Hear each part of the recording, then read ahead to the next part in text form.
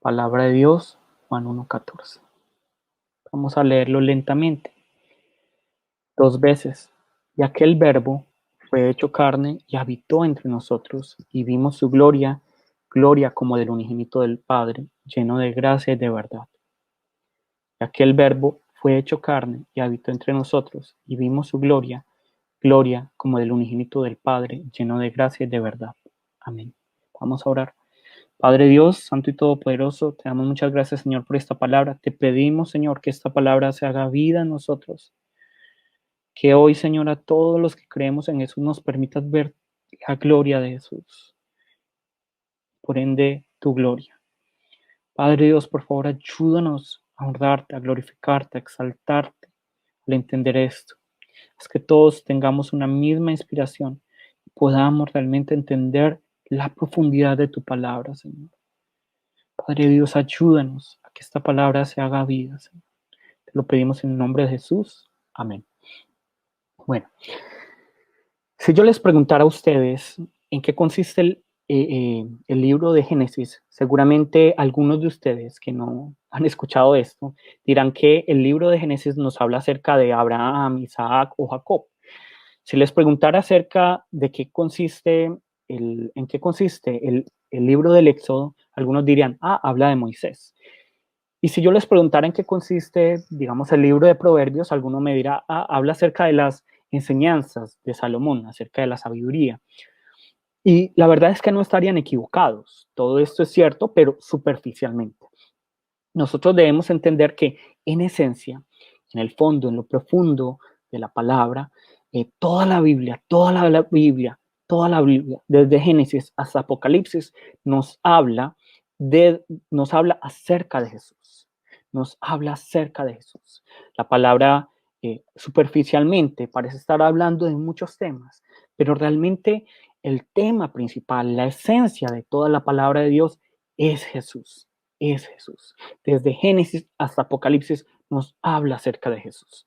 Vamos a ver qué nos dice la palabra en Juan 1:5-39. Nos dice así. Juan 5:39 nos dice así. Escudriñad las escrituras, porque a vosotros os parece que en ellas tenéis la vida eterna, y ellas son las que dan testimonio de mí. Todas las escrituras dan testimonio acerca de Jesús. La vida de Abraham, la vida de Isaac, la vida de Jacob, la vida de Moisés, las enseñanzas de Salomón en Proverbios, los cantos de David, los cantar de los cantares, todas las profecías que nosotros vemos en los libros proféticos, la historia de Jonás, la historia de Job, todo nos habla acerca de Jesús. No nos está hablando acerca de cómo ser rico, cómo ser saludable, cómo tener una vida plena en este mundo, ¿cierto? No, nos está hablando acerca de Jesús. Entonces, todo nos habla acerca de Jesús. El protagonista de la Biblia es Jesús. Y eso nos tiene que quedar muy claro, porque así como la sombra de un avión llega primero que el mismo avión, ¿cierto? El Antiguo Testamento es únicamente la sombra de lo que va a venir a través de Jesucristo. Todo lo que nosotros vemos en las Escrituras, en el Antiguo Testamento, son una sombra de lo que va a venir a través de Jesucristo. Y lo mismo va a ocurrir en el Evangelio de Juan. Juan no va a escribir de la nada, ¿cierto? Sino que inspirado por el Espíritu Santo, él va a tomar todo lo que está descrito en el Antiguo Testamento para revelarnos que la esencia de todo lo que está escrito en el Antiguo Testamento y en el Nuevo Testamento es Jesús, ¿cierto? Y esto lo podemos confirmar justamente en la íntima relación que vamos a encontrar en la tarea que les puse, que es Éxodo 32, 33 y 34, y el pasaje que leímos hoy, que es Juan 1:14, ¿cierto? Entonces, hagamos un resumen breve de lo que leímos como tarea en Éxodo 32, 33 y 34. En Éxodo 32 vimos cómo Moisés baja del monte Sinaí con las tablas de la ley para encontrarse con un pueblo que está, digámoslo así, como en una orgía de idolatría, está en una gran idolatría, ¿cierto? Idolatrando a este becerro de oro. Y lo peor de todo es que Aarón, que estaba a cargo, digamos, de cuidar a ese pueblo mientras Moisés estaba en el monte, es quien estaba implicado, él es quien lo permitió, ¿cierto? Él está implicado en esta despreciable situación. Entonces Moisés, enojado, arroja las tablas de la ley de sus manos y las quiebra, ¿cierto? Eso es lo que nos muestra Éxodo 32, resumido, muy resumido, ¿cierto? En Éxodo 33 encontramos que Moisés se siente grandemente decepcionado, se siente muy decepcionado, se siente muy solo, porque incluso Aarón le ha decepcionado a él. Entonces, eh, aquí vemos que Moisés se va a apartar, ¿para qué? Para hablar con Dios. Era algo frecuente de él, pero esta vez hay algo diferente, ¿cierto? Hay algo diferente y él se aparta para hablar con Dios y vemos lo que nos dice Éxodo 33, 12 al 23. Vamos a leerlo y vamos a ver aquí una conversación. Vamos a ver una conversación cara a cara, como dos amigos, ¿cierto? Y esto es muy hermoso y nos enseña cómo debe ser la oración con el Padre, ¿cierto? Pero nosotros vemos aquí a un Moisés que está decepcionado, que está desilusionado, que se siente solo, ¿cierto? Porque él ha guiado a este pueblo, él ha intercedido por este pueblo, ¿cierto? Y siente que está solo, ¿cierto? Y eso nos pasa mucho a los que enseñamos la palabra, ¿cierto? Yo también lo he sentido. Estamos orando por el pueblo, estamos orando por la iglesia y muchas veces uno se decepciona, uno se desilusiona, uno se siente muy mal porque uno quisiera que las cosas funcionaran de alguna manera, ¿cierto? Pero no funcionan de esa manera. Y así pienso que se debió sentir Moisés. Yo también lo he sentido muchas veces y pienso que todos los pastores en algún momento de su vida lo han sentido. Entonces, Éxodo 33, 12, 23 nos dice así. Y dijo Moisés a Jehová, ¿cierto? Entonces vemos esta conversación entre Moisés y Jehová. Y nos dice, y dijo Moisés a Jehová, mira, tú me dices a mí, saca a este pueblo y tú no me has declarado a quién enviarás conmigo. Sin embargo, tú dices, yo te he conocido por tu nombre y has hallado también gracia en mis ojos. Ahora pues, si he hallado gracia en tus ojos, te ruego que me muestres ahora tu camino, para que te conozca y halle gracia en tus ojos, y mira que esta gente es pueblo tuyo. ¿Cierto? Entonces vemos aquí como esta queja de Moisés. Aquí Moisés como que se está quejando y está diciendo, ay Dios. Nosotros lo vemos aquí muy expresado de una manera muy, digamos, poética, hermosa, pero aquí lo que Moisés está diciendo, Señor, es que tú me dijiste a mí que sacar este pueblo, ¿cierto? Pero tú ni siquiera me dices quién me va a acompañar. No hay nadie que esté a mi lado, porque es que mira, a Aarón me falló, a Aarón me decepcionó, ¿cierto? A Aarón que supuestamente era el que iba a hablar eh, por mí, porque yo soy, digamos, tartamudo. Entonces, mira lo que hizo, mira. Pero tú me dices a mí, yo te he conocido por tu nombre y que he hallado también gracia ante tus ojos, ¿cierto? Pero mira, por favor, muéstrame tus caminos, muéstrame, ¿cierto? Que yo haya gracia en tus ojos. Luego el versículo 14. Y él me dijo, mi presencia irá contigo y te haré descanso. Esto es lo que le responde Dios. Dios le responde, sí, Moisés, tranquilo, porque mi presencia irá contigo y yo te daré descanso. Entonces Moisés dice, pues obvio, Señor. Y me dice aquí la palabra, y Moisés respondió, si tu presencia no ha de ir conmigo, no saques de aquí. ¿Y en qué conoceré aquí que he hallado gracia en tus ojos, yo y tu pueblo, sino en que tú andes con nosotros y que yo y tu pueblo seamos apartados de todos los pueblos que están sobre la faz de la tierra? Entonces Dios le responde, digamos, a esta queja, por así decirlo, de Moisés, y Dios dice, Moisés, no te preocupes, que mi presencia irá contigo y yo soy quien te daré descanso. Y Moisés, alarmado, dice, pues claro, Señor, porque es que si tú no vas con nosotros, entonces más bien no nos saques de aquí, déjanos aquí, ¿cierto? Porque es que finalmente nosotros somos tu pueblo, ¿cierto? Estamos apartados para ti. Si tú no vas con nosotros, entonces nosotros, ¿qué? Aquí nosotros vemos digamos, ya a Moisés como alarmado, ¿cierto? Luego el versículo 17. Y Jehová dijo a Moisés, también haré esto que has dicho, por cuanto has hallado gracia en mis ojos y te he conocido por tu nombre. Entonces vemos esta conversación entre Moisés y Dios y vemos que Moisés le está diciendo, Señor, mira que ha pasado esto, mira que ha pasado lo otro, ¿cierto? Y estoy muy solo, estoy muy desilusionado, estoy muy decepcionado, no sé qué hacer, ¿cierto? Y el Señor le responde, pero mi presencia está contigo, yo te daré descanso, ¿cierto? Y Moisés le dice, claro, claro, claro. Y esa debería ser también nuestra petición, que todo se derrumbe, pero al menos que la presencia del Señor esté con nosotros, ¿cierto? Pero entonces Moisés le dice, bueno, Señor, yo sigo, yo sigo, pero te ruego una cosa, y es lo que nos dice el versículo 18. Él entonces dijo, te ruego que me muestres tu gloria, te ruego que me muestres tu gloria. Es la respuesta de Moisés a Dios. Dios le ha dicho, mira, es que aquí nosotros vemos, si es que mi presencia irá contigo y yo te daré descanso, ¿cierto? No te preocupes, yo te he conocido, tú has hallado gracia ante mí, ¿cierto? Es lo que está diciendo Dios, Dios le está diciendo, pero Moisés dice, no, no, no, eso no es suficiente, eso no es suficiente. ¿Qué es lo que yo necesito? Necesito ver tu gloria, necesito que me muestres tu gloria para saber que estás conmigo, ¿cierto? Para saber que tu presencia está conmigo, porque cuando habla de la gloria es la presencia de Dios, ¿cierto? Te ruego que me muestres tu presencia. Y esto yo creo que es lo que nos falta muchas veces también como cristianos. Nosotros decimos, Señor, te ruego que me muestres que estés conmigo, dándome dinero, dándome salud, dándome bienestar.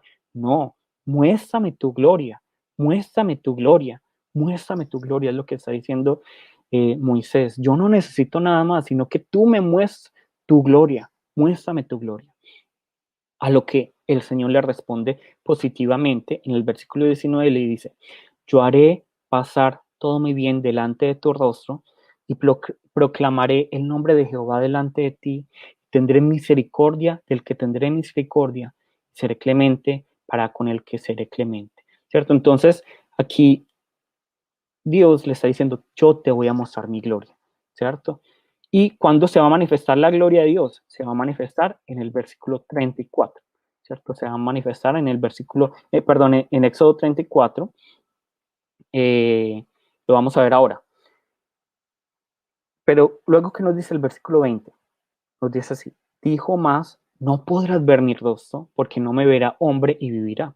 Dijo aún Jehová, he aquí un lugar junto a mí, y tú estarás sobre la peña, y cuando pase mi gloria, yo te pondré en una hendidura de la peña, y te cubriré con mi mano hasta que haya pasado.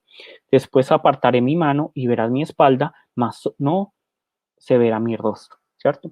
Entonces, resumido, versículo 32, vemos a Moisés, está bajando del monte Sinaí, ¿cierto? Encuentra a este pueblo que está en idolatría, él enojado tira las tablas de la ley sabiendo que él había estado allí intercediendo por el pueblo de Israel, pero ellos están en esta idolatría, entonces él tira las tablas de la ley. En el capítulo 33 de Éxodo vamos a encontrar a un Moisés totalmente desilusionado que se aparta para hablar con Dios. ¿Por qué? Porque se siente solo, ya Aarón, incluso a Aarón, aquel que supuestamente iba a hablar por él, ha fallado, ¿cierto? Entonces, eh, Moisés le dice, Señor, Señor, mira, tú, ¿qué quieres que yo haga? ¿Cómo voy a guiar a tu pueblo? Tú no me has dicho ni siquiera con quién debo de ir, ¿cierto? No me ha, necesito, Señor, que me muestres, necesito.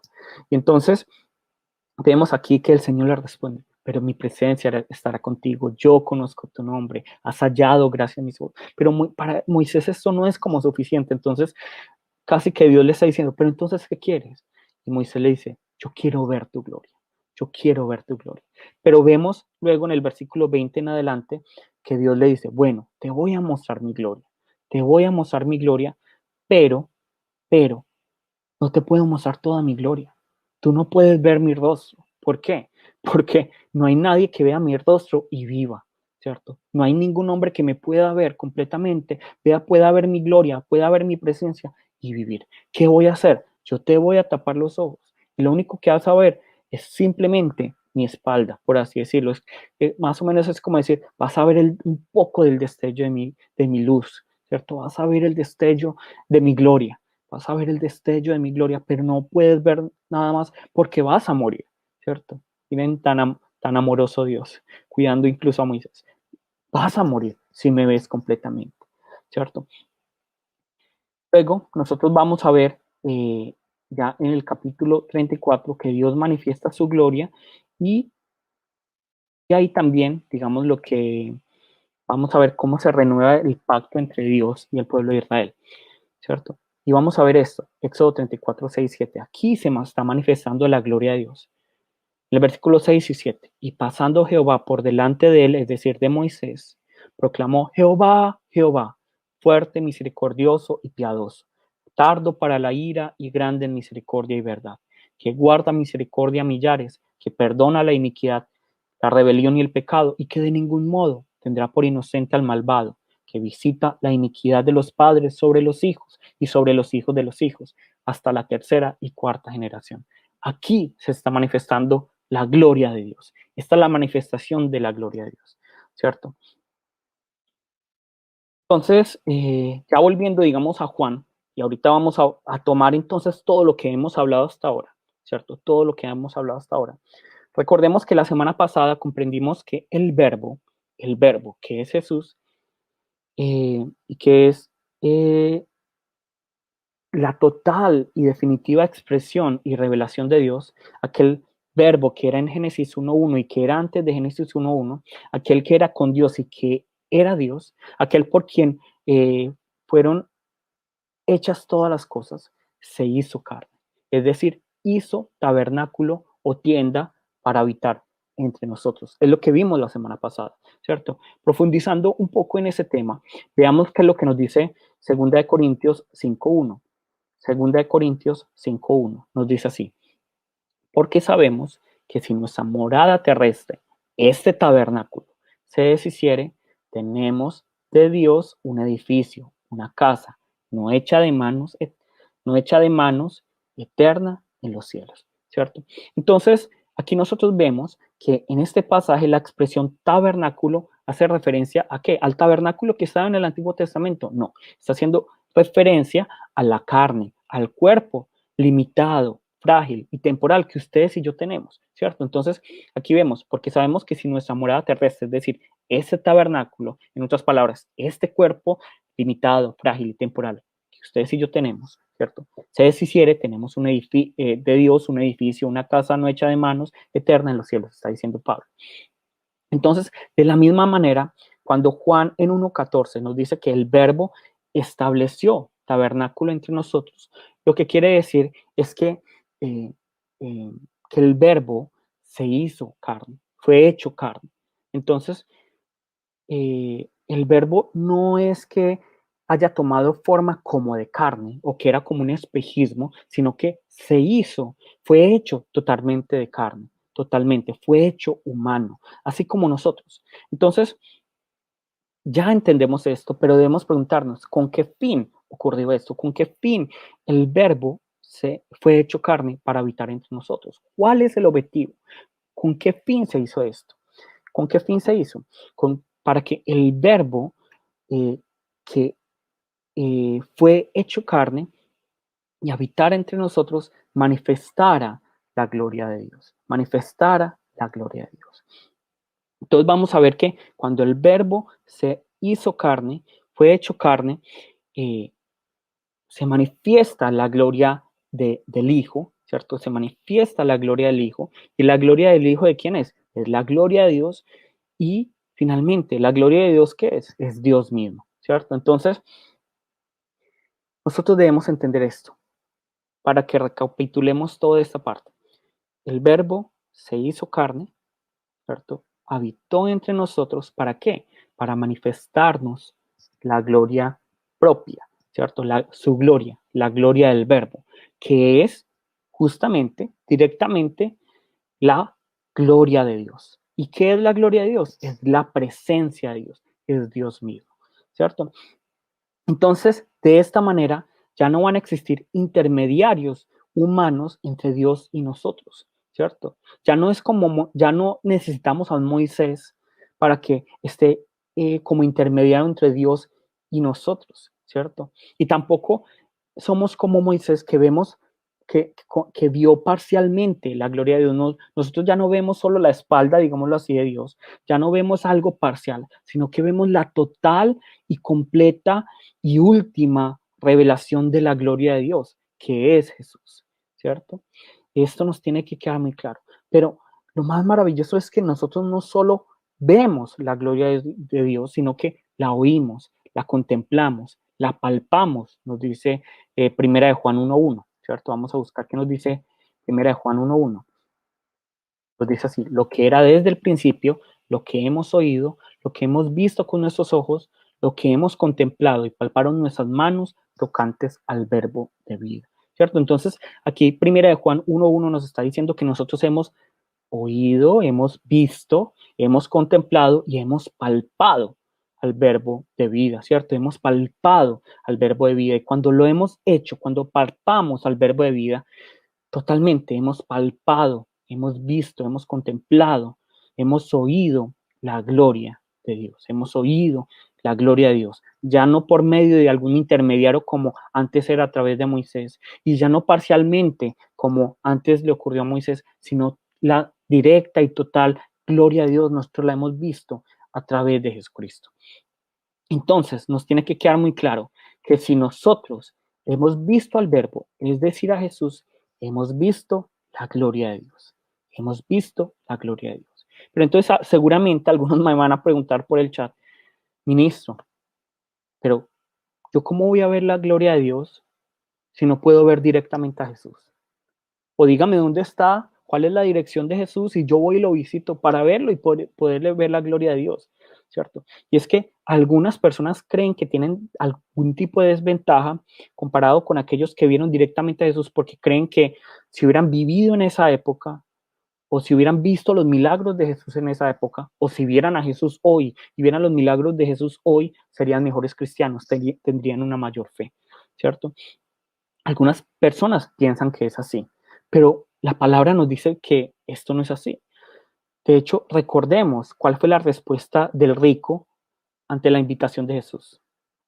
¿Cuál fue la respuesta del rico? Cuando Jesús le dijo, véndelo todo y sígueme. ¿Cuál fue la respuesta del rico? Y él vivió en la época de Jesús. ¿Cuál fue la respuesta de los fariseos y de los saduceos? ¿Cuál fue la respuesta de Judas Iscariote? ¿Cuál fue la respuesta de los enfermos que fueron sanados? Ellos vieron y escucharon directamente a Jesús. Ellos fueron testigos oculares de los milagros de Jesús, pero no entregaron su vida a Cristo. Ellos no entregaron su vida a Cristo. La Biblia nos demuestra eh, que no necesitamos ver a Jesús directamente. Porque nosotros vemos, por ejemplo, los discípulos que dejaron a Jesús, ¿cierto? Lo hicieron porque su enseñanza era dura. Vemos también que los que se quedaron con Jesús huyeron cuando Jesús fue arrestado. Vemos también a Judas Iscariote vendiendo a Jesús. Vemos a Pedro negando a Jesús 3 veces. Vemos, eh, por ejemplo, vemos de 10 leprosos, solo uno regresó. Vemos al paralítico de Betesda entregando a Jesús ante los judíos, que luego lo vamos a ver. Entonces, la diferencia no la va a hacer si vivimos o no en la época de Jesús. La diferencia no la va a ver si no la va a hacer si nosotros vemos a un ciego, un sordo, un mudo, un paralítico siendo sanados. Mucho menos creamos nosotros que vamos a tener una mejor fe o vamos a ser mejores cristianos si en la actualidad vemos milagros asombrosos, ¿cierto? La diferencia está en si nosotros recibimos la luz que es Jesucristo y que viene a través de la revelación de la palabra. Eso es lo que hace la diferencia. La diferencia entre si yo soy un mejor, por así decirlo, cristiano, y si yo tengo una mayor fe ante Dios, no es que yo vea los milagros, eso no va a hacer ninguna diferencia. Para algunos de pronto un ratico, pero luego se va a apagar. ¿Qué es lo que va a hacer la diferencia? Que nosotros digamos que venga la luz, que nosotros recibamos la luz de que es Cristo, que viene a través de qué? De la palabra de Dios, de la palabra de Dios. Porque miren esta oración tan hermosa que hace Jesús, Juan 17:20. Mas no ruego solamente por estos. Jesús está aquí en Juan 17, es la oración de Jesús. Y Jesús dice, yo no te voy a pedir solo por los discípulos que están aquí directamente conmigo, sino también por los que han de creer en mí por la palabra de ellos, sino también por los que han de creer en mí por la palabra de ellos. Entonces aquí Jesús está orando por los discípulos, por Pedro, por Juan, por Andrés, por Jacobo, por todos ellos está orando. Pero ¿saben qué? También está orando en este momento por Juan Manuel. También está orando en este momento por Sara. También está en este momento orando por Vicky. También está en este momento orando por mí. Él está orando por aquellos que están allí directamente, pero también está orando por aquellos que no le verían directamente, sino que le verían, le palparían, le oirían y le contemplarían a través del testimonio de aquellos que participaron directamente de él. Es decir, que Jesús está orando por nosotros que vamos a recibir el Evangelio. Entonces nosotros realmente no estamos en desventaja, ¿cierto? Nos tiene que quedar muy claro esto, porque quitémonos esa idea, es que si yo hubiera visto a Jesús, si Jesús hiciera un milagro personal, si no, eso no va a cambiar las cosas. Si nosotros no recibimos la luz, si nosotros no recibimos a Jesucristo revelado a través de la palabra de Dios, no vamos a poder ver la gloria de Dios. No vamos a poder ver la gloria, ¿cierto? Nosotros tenemos que recibir la revelación de la palabra. Y si hemos recibido la revelación de la palabra, vamos a recibir a Jesús. Y si recibimos a Jesús, vamos a poder contemplar, palpar, ver la gloria de Dios. Y si podemos ver la gloria de Dios, entonces, ¿ahora qué nos queda? Estamos llamados a manifestarla. Estamos llamados a manifestarla. Eso ya nos va a llevar al segundo punto, y es que como seres humanos, nosotros definimos la gloria como algo impetuoso, como algo esplendoroso, como algo hermoso, algo grande, ¿cierto? Algo brillante, ¿cierto? Eso es lo que nosotros pensamos cuando hablamos de la palabra gloria, ¿cierto? Creemos que la gloria se manifiesta, que la gloria de Dios se manifiesta únicamente en cómo Dios crea las cosas, cómo Dios divide los mares, cómo Dios sana a los enfermos. Y esto es cierto hasta cierta parte, ¿cierto? Porque ahí también se está manifestando destellos de la gloria de Dios. Pero si nosotros examinamos detenidamente lo que leímos en Éxodo, ¿cierto? Lo que leímos en Éxodo 33 y en Éxodo 34, cuando Moisés le pide a Dios que le manifieste su gloria, que le muestre su gloria, Dios no le dice, Moisés, ¿sabes qué? Te voy a mostrar cómo creé yo todas las cosas. Moisés, ¿sabes qué? Recuerda qué hice yo con las plagas. Moisés, recuerda yo cómo dividí los mares. Nosotros de pronto, como seres así tan orgullosos, diríamos, Moisés, recuerda yo cómo hice esto, esto, esto. Ni siquiera a Dios le muestra un milagro especial para manifestar su gloria, sino que ¿qué es lo que hace? Dios le recuerda su gracia y su verdad. Dios le recuerda su gracia y su verdad. Miren lo que nos dice aquí Éxodo 33, 18 y 19. Él entonces dijo, te ruego que me muestres tu gloria. Le dice Moisés a Dios, te ruego, te pido, muéstrame tu gloria para que yo pueda anclarme en esa gloria y permanecer en ti. Muéstrame tu gloria. Eso es lo que nosotros deberíamos pedirle al Señor. Señor, muéstrame tu gloria. Muéstrame tu gloria. Muéstrame tu gloria. Que esa sea la petición de hoy de cada uno de nosotros. Señor, muéstrame tu gloria. ¿Y sabe qué le responde Dios? Dios no le responde, bueno, te voy a mostrar cómo creé las cosas, cómo dividí los mares. No. ¿Cómo le demuestra Dios su gloria a Moisés? Yo haré pasar todo mi bien delante de tu rostro y proclamaré el nombre de Jehová delante de ti y tendré misericordia del que tendré misericordia y seré clemente para con el que seré clemente. Nos dice aquí Éxodo 33 y Éxodo 34.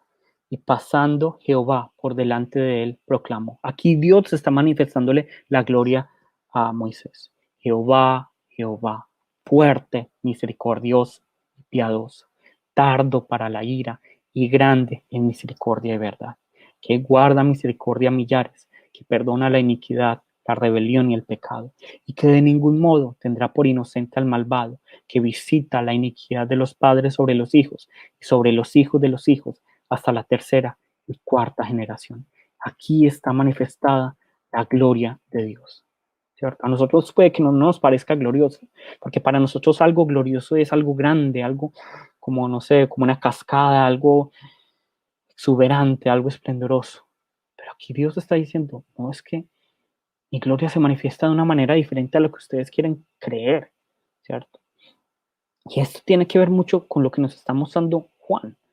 Nosotros vamos a ver que el clímax de la manifestación de la gloria de Dios, el clímax, ese, digamos, el punto más alto de la manifestación de la gloria de Dios, o de la gloria que nos manifestó Jesús, no es cuando Jesús convirtió el agua en vino, no es cuando Jesús sanó a los enfermos, no es cuando ni siquiera cuando Jesús resucitó a Lázaro.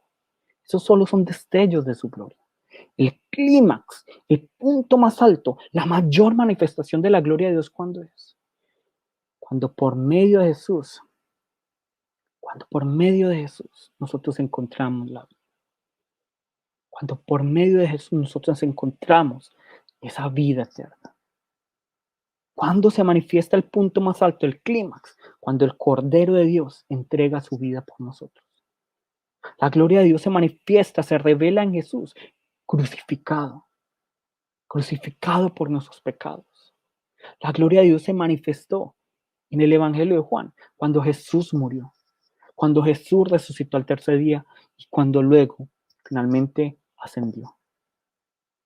Entonces, es aquí donde se manifestó la gloria de Dios. Es aquí donde se reveló la misericordia y la justicia, la gracia y la verdad de Dios. Por eso es que Juan nos dice esto. Miren lo que nos dice aquí. Miremos lo que nos dice Éxodo 34:6. Y pasando Jehová por delante de él, proclamó: Jehová, Jehová, fuerte, misericordioso y piadoso, tardo para la ira y grande en misericordia y verdad. Pero Juan cambia esta palabra misericordia, ¿cierto? Por otra palabra, ¿cierto? Más acorde de pronto con lo que él utiliza. Y Juan 1:14 dice: y aquel verbo fue hecho carne y habitó entre nosotros y vimos su gloria, gloria como del unigénito del Padre, lleno de gracia y de verdad. Lo mismo, ¿cierto? Aquí la palabra llenos de gracia y de verdad es lo mismo que está diciendo aquí Éxodo 34, misericordia y verdad. Es lo mismo realmente. Pero lo que luego nos va a decir Juan es que ya no es a través de un intermediario, como pasó en el Antiguo Testamento, ya no es a través de un Moisés o de un sumo sacerdote que nosotros podemos, digamos, conocer la gloria de Dios, sino que nosotros a través de Jesucristo, quien vino por cada uno de nosotros, podemos oír, ver, contemplar, palpar la gloria de Dios, ¿cierto? Y esta gloria que nosotros podemos contemplar, palpar, oír y ver, ya no es, digamos, parcial, sino que es completamente, es total. Esto lo vamos a ver en el transcurso del versículo 14 al 18. Realmente no se pueden olvidar de lo que nos dice Éxodo 32 al 34, porque Éxodo 32 y 34 lo vamos a encontrar en Juan 1, 14 al 18, porque toda la palabra nos habla acerca de quién, nos habla acerca de Jesús. ¿Listo? Entonces, que nos quede claro esto. Entonces, es ahí donde nosotros tenemos que entender lo que realmente es la gloria, porque algunas personas afirman que la gloria de Dios se manifiesta en el número de ceros que tenemos en la cuenta de ahorros o en la comodidad de nuestra vida. Por eso incluso llegan a decir que entre los cristianos no pueden existir los pobres, no pueden existir las personas con dificultades, ¿cierto? Esto es totalmente una locura, porque la palabra no enseña esto. Pero muchos cristianos hoy en día enseñan esto, que es que los cristianos no pueden ser pobres, que no pueden tener dificultades, porque de esta manera entonces no se manifiesta la gloria de Dios, ¿cierto? Entonces ellos dicen, por ejemplo, entonces, ¿cómo voy a convencer al mundo de que Dios está vivo si soy pobre? ¿Cómo voy a convencer? ¿Cierto? Con la lógica humana decimos esto. ¿Cómo voy a convencer al mundo si digamos, yo le voy y le predico a un rico, ¿cierto? Le predico a un rico y yo siendo pobre, entonces él cómo va a ver la gloria de Dios y me pregunta por mi pobreza? ¿Cómo va a manifestarse la gloria de Dios a otras personas si esa persona ve que yo tengo problemas en mi vida? ¿Cierto? Por esta razón es que tantas personas se incomodan con la predicación que nosotros predicamos y prefieren más bien buscar a un Aarón, ¿cierto? A un Aarón que haga dioses delante de ellos, ¿cierto? Porque miren qué es lo que nos dice Éxodo 32:1. Y cuando yo leía esto, me dolía, ¿cierto? Porque muchas veces como cristianos, esto es lo que hacemos. viendo el pueblo que Moisés tardaba en descender del monte, se acercaron entonces a Aarón. ¿Quién es el pueblo aquí, digamos? ¿Quién es el pueblo aquí? El pueblo aquí podríamos decir que son los miembros de una iglesia, los miembros de una iglesia. Y entonces se acercaron entonces a Aarón. ¿Quién podría ser Aarón? El pastor que está en esa iglesia. ¿Y qué le dice el pueblo a Aarón? Le dice, levántate, haznos dioses que vayan delante de nosotros. Miren que aquí ni siquiera está diciendo el pueblo de Dios.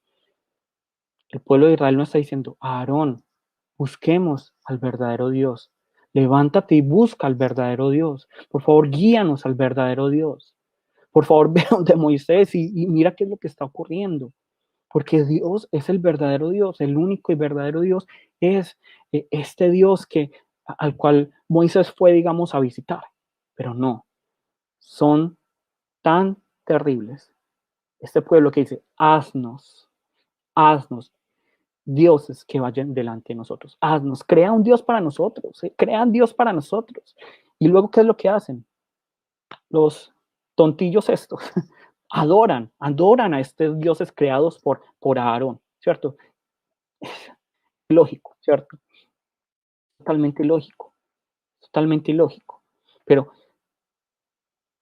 muchas personas dentro de las iglesias están buscando un Dios personalizado y le están pidiendo a sus pastores dioses personalizados. Y por eso es que le están pidiendo a sus pastores o exigen o buscan pastores que les enseñen acerca del Dios que va a mantener sus billeteras llenas de dinero, sus vidas llenas de comodidades. Un Dios bueno que únicamente busca lo bueno para nosotros, entonces nunca nos va a permitir incomodidad y lo incómodo es totalmente el diablo, ¿cierto? Y si hay alguien entre ustedes así, si hay alguien entre ustedes así, yo les voy a pedir perdón, porque en mí no van a encontrar a ese Aarón.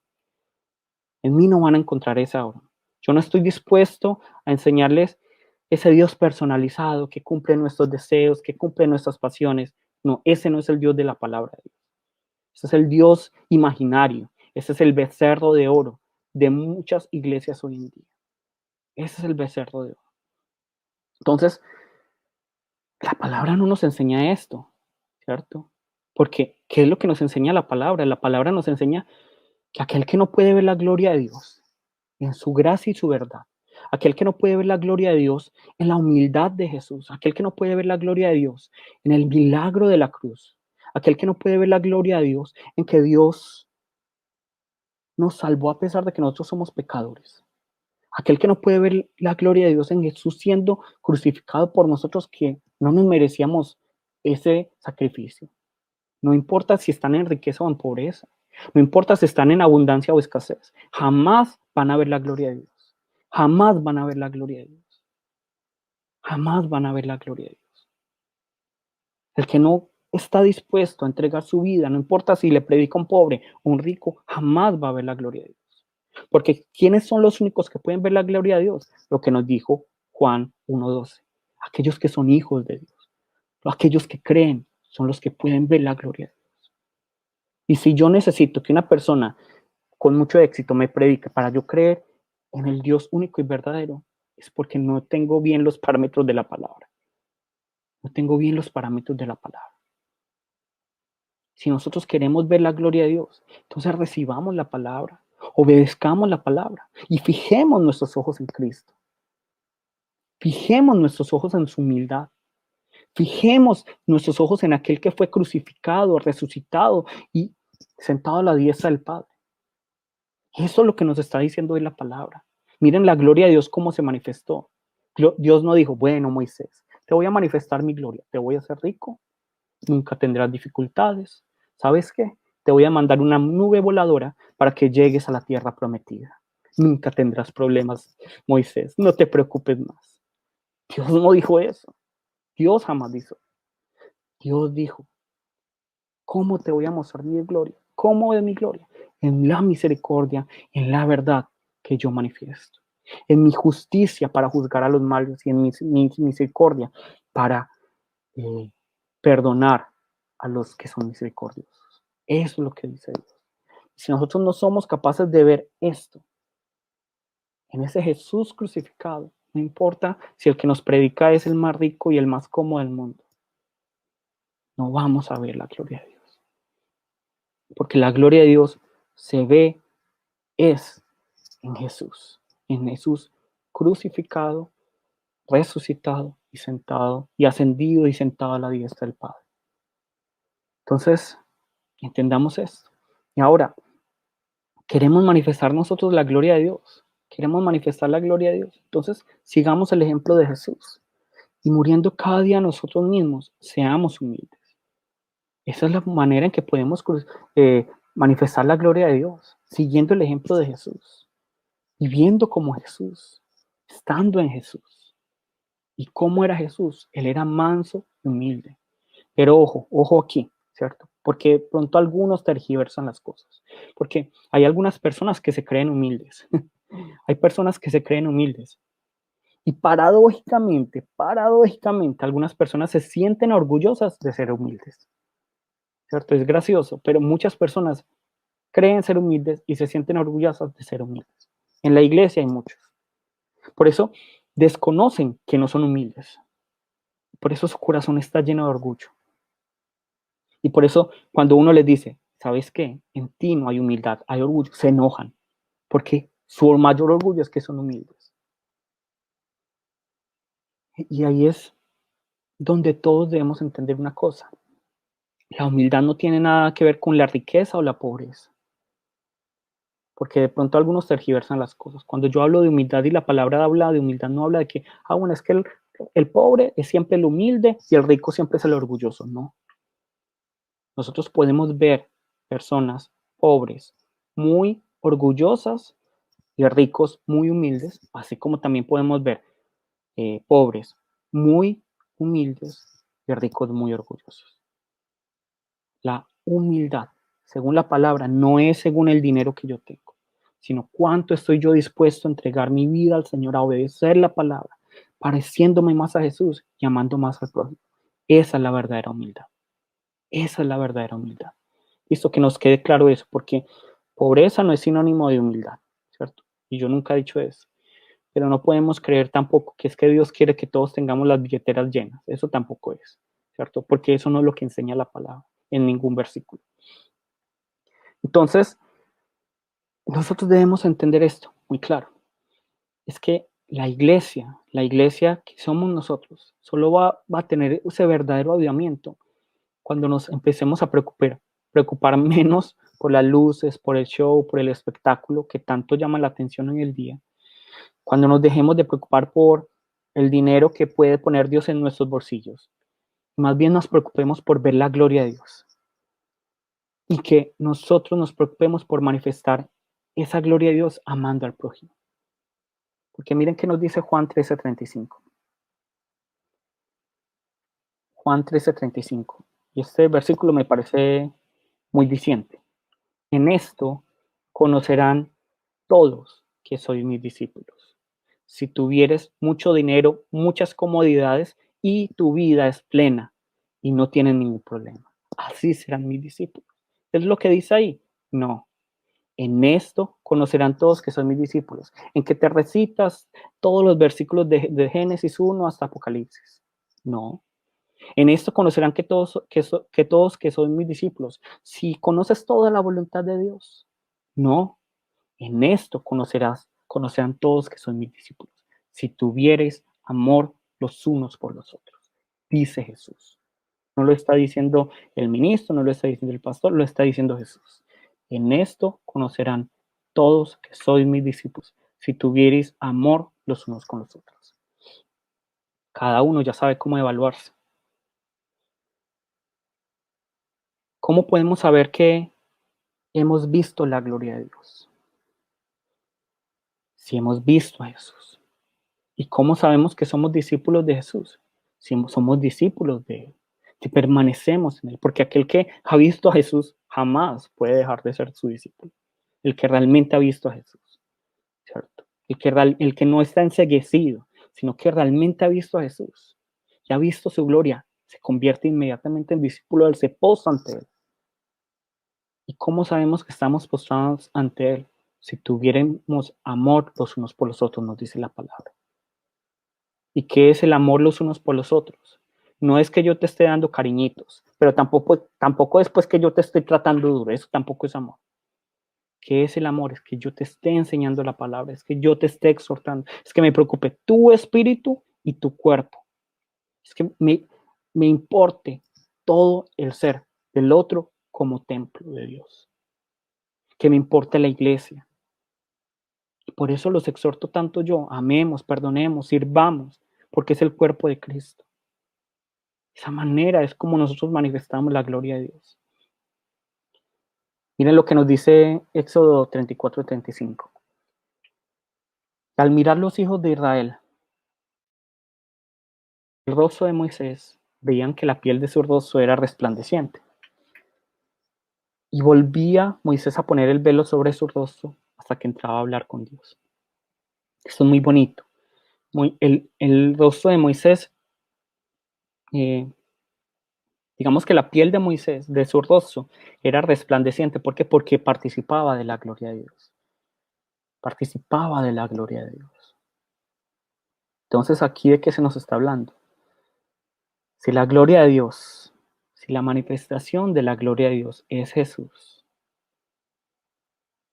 entonces nosotros somos ese Moisés. Cuando nosotros como Moisés nos acercamos a la presencia de Jesús, cuando estamos en la presencia de Dios, ¿qué es lo que tiene que aparecer? ¿Qué es lo que tiene que manifestarse en nosotros? Ese resplandor de la gloria de Dios, así como Moisés. ¿Y esto de qué nos está hablando? De que nosotros debemos manifestar las obras del Señor.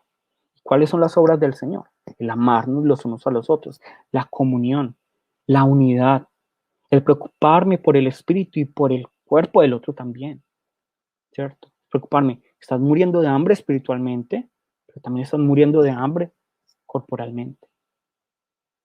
Entonces, hermanos, hoy el tema, digamos, fue denso, fue denso, pero hoy la invitación, esto es lo que nos tiene que quedar claro, esto es lo que nos tiene que quedar claro, es que todos aquí nos postemos ante la palabra, que todos nos postremos ante la palabra y de esta manera veamos, contemplemos, palpemos a Jesús. Y de esta manera nosotros podamos ver su gloria, lleno de gracia y de verdad. Y que al ver su gloria nosotros manifestemos la obra del Señor. Esta es la conclusión, es la invitación del día de hoy. Esta es la invitación. Si hemos visto al Hijo, hemos visto su gloria. Si realmente lo hemos visto. Y por eso es que no es verle con los ojos. Por eso es que no nos engañemos. No es verle con los ojos. Si hemos visto al Hijo a través de los ojos espirituales, hemos visto su gloria. Y si hemos visto su gloria, nuestro llamado es que manifestar su gloria. ¿Cómo? En la unidad, en el proteger el cuerpo de Cristo, en el amarnos los unos a los otros. A eso nos está llamando la palabra. No, la gloria de Dios no se manifiesta, digamos, es que soy rico. Eso, el que diga que, yo soy rico, por eso es que esto es la gloria de Dios, ¿cierto? Dios, a veces a algunas personas sí les va a dar riquezas, a algunas personas no les va a dar riquezas, a algunas personas les va a dar abundancia, a otras personas les va a dar escasez. Es todo bajo la soberanía de Dios. Pero lo importante no es eso, cuánto tengamos en nuestros bolsillos, sino he visto yo la gloria de Dios. Yo los invito, veamos la gloria de Dios. Veamos la gloria de Dios. Listo. Vamos a orar en este momento y vamos a pedirle al Señor que si no hemos visto a Jesús, entonces no hemos visto su gloria. Y eso significa que no creemos en Jesús. Entonces que nos permita tener fe. Si hemos visto su gloria, que nos permita manifestar su gloria, así como Moisés manifestó la gloria de Dios al resplandecer su rostro. Listo, vamos a llamar el nombre de nuestro Señor y vamos a orar. Jesús, Padre Santo y Todopoderoso, Padre Dios. Ese tiempo nos presentamos ante ti con un corazón agradecido, Señor.